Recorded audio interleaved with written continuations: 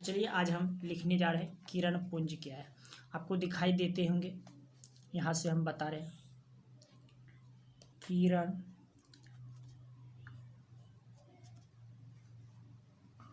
पुंज क्या है। फर्स्ट क्वेश्चन आज के लिए, किरण पुंज क्या है। तो चलिए आज हम किरण पुंज क्या है इसके बारे में बताते हैं। किरण पुंज क्या है? ढेर सारे किरण, किरण में भी जो तो अधिक होता है, जैसे 1 2 3 4 5 एक किरण है। क्या है? एक किरण है। ये समझ लीजिए एक टॉर्च है ना, इससे किरण निकाल रहा है। ये जो एगो है इसको किरण बोलते हैं। और किरण किसको कहते हैं? एक सरल रेखा पर चलने वाले किरण को एक किरण कहते हैं। एक पथ पर जो चलता है, ये टॉर्च से निकल रहा है, ये किरण है। ये क्या है? ये सारा किरण है। इसमें पुंज लगा दिया है। किरण पुंज क्या है? तो चलिए किरण पुंज की, ये ढेर सारा जो किरण है ना, ये पूरे किरणों के समूह को किरण पुंज कहते हैं। जैसे कि कोई बोलेगा मेला क्या है? ढेर सारे आदमियों की संख्याओं को मेला कहता है, जहाँ भीड़ रहता है उसे मेला कहता है। चलिए तो आज उसी तरह से किरण पुंज क्या है? किरणों के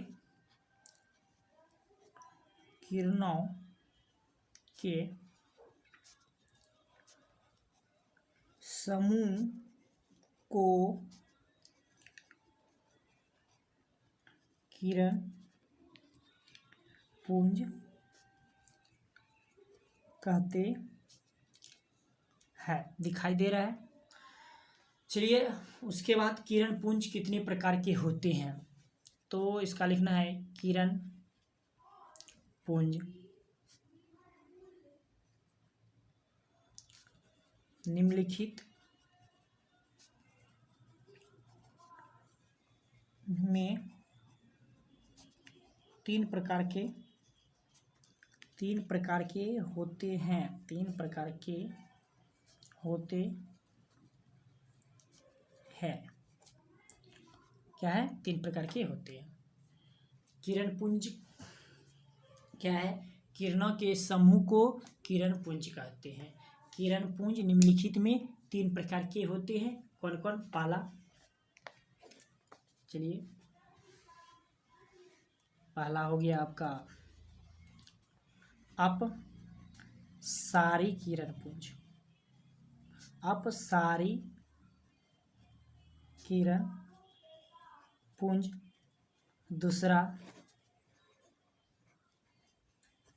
अभिसारी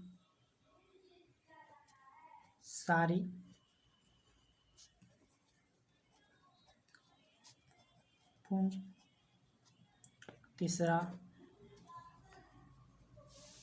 समांतर किरण पुंज। बुक में पहले दिया होगा अपसारी किरण पुंज, उसके बाद समांतर किरण पुंज, उसके बाद अभिसारी किरण पुंज। कोई बात नहीं, किसी तरह से लिख सकते हैं। तो अपसारी किरण पुंज और अभिसारी किरण पुंज, समांतर किरण पुंज, इसका अब परिभाषा किस तरह से देना है डिटेल से समझिए। चलिए तो पहला का देना है जवाब, अपसारी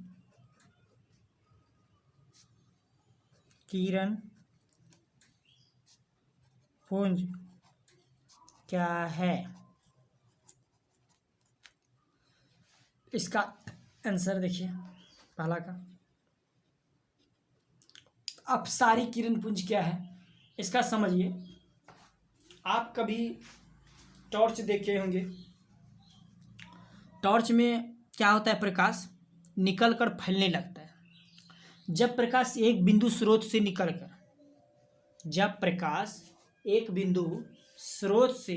निकलकर फैलने लगती है, उसे क्या कहते हैं?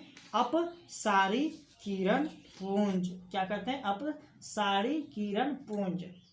जो प्रकाश किसी टॉर्च से या प्रकाश स्रोत से निकलकर फैलने की प्रक्रिया करने लगती है, उसे क्या कहते हैं? अपसारी किरण पुंज। अपसारी किरण पुंज किसे कहते हैं? देखिए अपसारी किरण पुंज, जब प्रकाश एक बिंदु स्रोत से निकलकर फैलने लगती है उसे अपसारी किरण पुंज कहते हैं। जैसे क्या कहते हैं, अपसारी किरण पुंज क्या है? जब प्रकाश एक बिंदु स्रोत से निकलकर फैलने लगती है उसे अपसारी किरण पुंज कहते हैं। पूरा शॉर्ट परिभाषा है। तो देखिए इसका एग्जाम में जैसे एग्जाम्पल के तौर ये टॉर्च है। क्या है? ये टॉर्च है। क्या है? टॉर्च है। यहाँ बल्ब लगा हुआ है।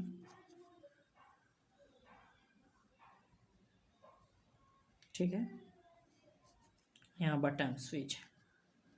ठीक, ये एक बिंदु स्रोत हो ना, ये एक बिंदु स्रोत है। क्या है? जब प्रकाश एक बिंदु स्रोत से निकलकर क्या करता है? फैलने लगती है। क्या करने लगती है? फैलने लगती है। फैलने लगती है। इन्हीं क्रियाओं को क्या कहते हैं? अपसारी किरण पुंज। इसको क्या कहते हैं? अपसारी किरण पुंज। जब प्रकाश एक बिंदु स्रोत से निकलकर फैलने लगती है तो उसे क्या कहते हैं? अपसारी किरण पुंज। समझ गए दोस्तों? अब चलिए दूसरा नंबर हम बता रहे हैं। क्या बता रहे हैं? अभिसारी किरण पुंज। तो चलिए दूसरा क्वेश्चन है, अभिसारी किरण पुंज क्या है? अभिसारी किरण पुंज क्या है, इसका परिभाषा सीखिए। जब प्रकाश एक बिंदु स्रोत से निकलकर सिकुड़ने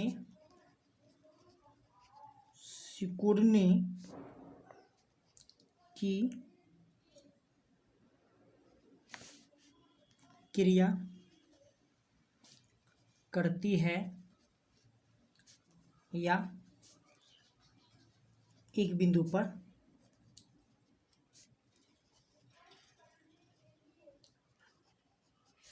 मिलती है।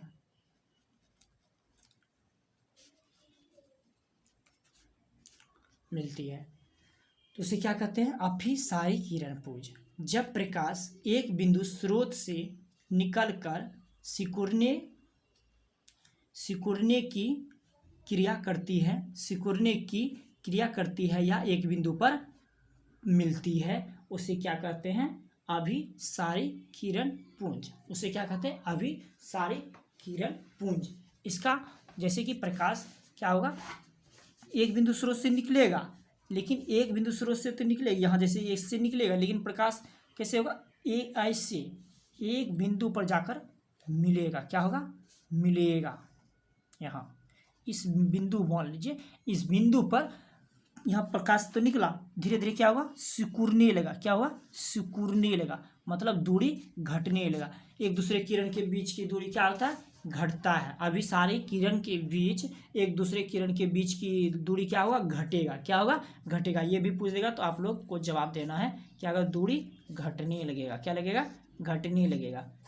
इसी को क्या कहते हैं? अभिसारी किरण पुंज। अब है समांतर किरण पुंज क्या है? समांतर किरण पुंज क्या है? इसका तो बहुत अच्छा शॉर्ट है, तीसरा। चलिए बता रहे हैं। तीसरा है समांतर किरण पुंज क्या है? समांतर किरण पुंज क्या है?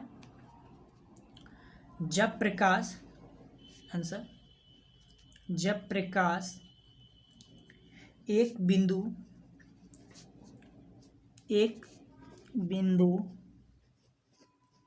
स्रोत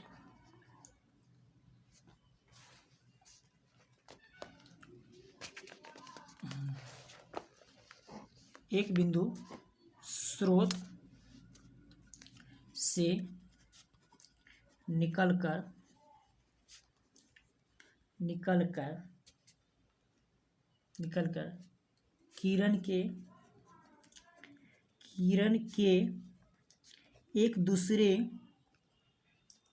एक दूसरे के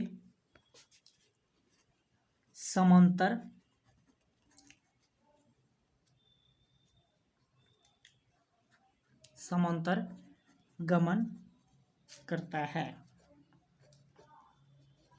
उसे क्या कहते हैं? समांतर किरण पुंज। जब प्रकाश एक बिंदु स्रोत से निकलकर किरण के एक दूसरे के समांतर जब गमन करता है तो क्या कहता है? एक दूसरे के समांतर गमन करते हैं तो उसे क्या कहते हैं? समांतर किरण पुंज। सिंपल, जब प्रकाश एक बिंदु स्रोत से निकलकर एक दूसरे के, देखिए समांतर जा रहा है ना किरण, क्या जा रहा है? समांतर। ये क्या जा रहा है? समांतर। एक दूसरे के किरण के क्या है? समांतर है। इसको क्या कहेंगे? समांतर किरण पुंज। जब प्रकाश निकलकर एक बिंदु स्रोत से निकलकर किरणें के एक दूसरे की समांतर जब गमन करता है तो उसे क्या कहते हैं? समांतर किरण पुंज। क्या कहते हैं? समांतर किरण पुंज। तो चलिए अब आपका आता है पॉइंट नंबर दूसरा। अब आता है अपारदर्शी। क्या आता है? पारदर्शी। क्या आता है? पारदर्शी पदार्थ क्या है? सबसे पहली बात कोई पूछ देगा आपको, पदार्थ क्या है? पदार्थ क्या है?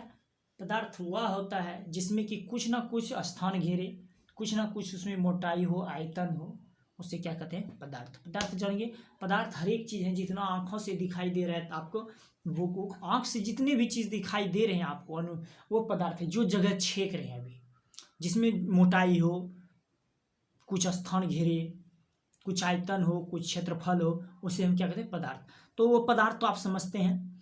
तो इसमें कहता है पारदर्शी पदार्थ। पार मतलब होता है आर पार होना। पार मतलब क्या होता है? जैसे कि गोली को मारे, किसी दीवार से पार हो जाना चाहिए।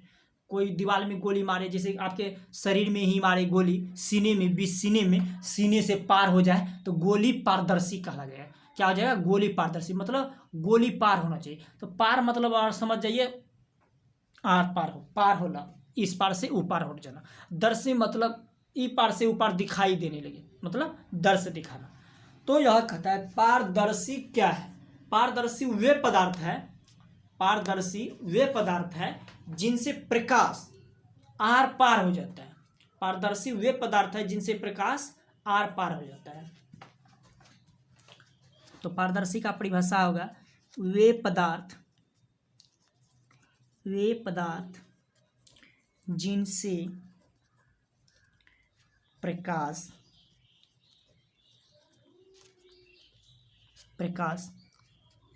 आर पार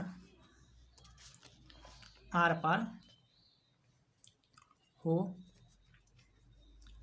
जाता है, उसे क्या कहते हैं? पारदर्शी पदार्थ। वे पदार्थ जिनसे प्रकाश आर पार हो जाता है, उसे कहते हैं पारदर्शी पदार्थ। जैसे हो गया एग्जाम्पल, कांच, हवा, पानी। उसके बाद आता है अपार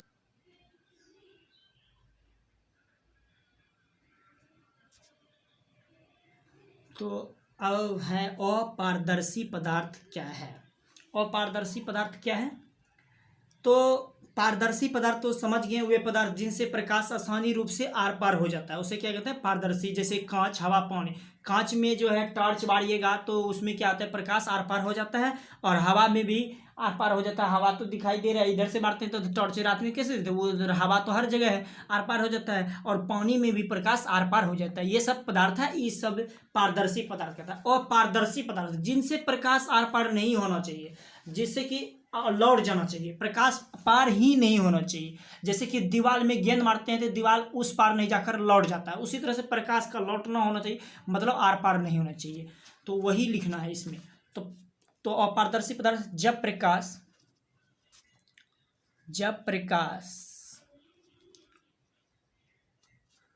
किसी पदार्थ से आर पार नहीं हो पाते हैं, वे पदार्थ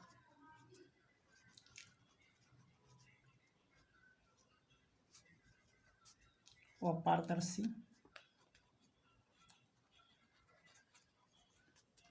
पदार्थ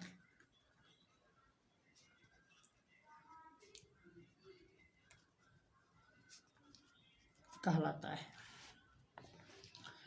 तो जब प्रकाश किसी पदार्थ से आर पार नहीं हो पाते हैं, वे पदार्थ अपारदर्शी कहलाते हैं। अपारदर्शी जैसे कि शॉर्ट परिभाषा इसका हो जाएगा, वे पदार्थ, शॉर्ट परिभाषा स्टार्ट में, वे पदार्थ दूसरा परिभाषा है उसी का, वे पदार्थ जिनसे होकर प्रकाश आर पार नहीं हो पाते हैं, उसे क्या कहते हैं? अपारदर्शी कहते हैं। उसे अपारदर्शी पदार्थ कहते हैं। एग्जाम्पल हो गया कुर्सी, मकान, कुछ भी दे दीजिए, पत्थर आदि। अब आता है तीसरा नंबर क्वेश्चन। अपारदर्शी समझिए, वे पदार्थ जिनसे प्रकाश आर पार नहीं हो पाता है। हम पहले भी आपको बोलकर समझा दिए थे, आप समझ ही गए थे। जिनसे कि प्रकाश, जिन वस्तु से प्रकाश आर पार नहीं हो, समझ गए? वस्तु कहो या पदार्थ के, बात दोनों बरोबर है। आप पदार्थ के जगह पर वस्तु भी लगा सकते हैं, या पदार्थ ही शुद्ध रहता है। वे पदार्थ जिनसे प्रकाश आर पार नहीं हो पाते हैं, उसे क्या कहते हैं? अपारदर्शी पदार्थ। और जैसे कुर्सी, मकान, पत्थर इत्यादि। अब आता है तीसरा पारभासी। पारभासी क्या है? पारभासी पदार्थ क्या है? वे पदार्थ जिनसे प्रकाश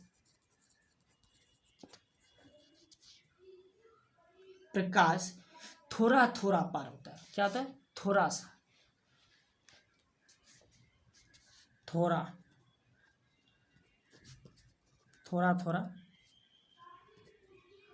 आर पार हो, उसे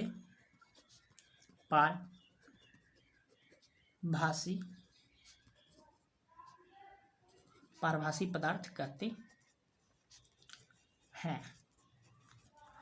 इस शॉर्ट है, पूरा शॉर्ट पदार्थ है। वे पदार्थ जिनसे प्रकाश थोड़ा थोड़ा आर पार हो, उसे क्या कहते हैं? पारभासी पदार्थ। जैसे कि एग्जांपल कि साड़ी सब जो होता है, जैसे साड़ी हो गया, बहुत जैसे हो गया, कोई जाजिम लीजिए, कपड़ा लीजिए, उसमें प्रकाश थोड़ा थोड़ा आर पार होता है। उसी तरह से बुक की लैंग्वेज में दिया गया है तेल लगा हुआ कागज।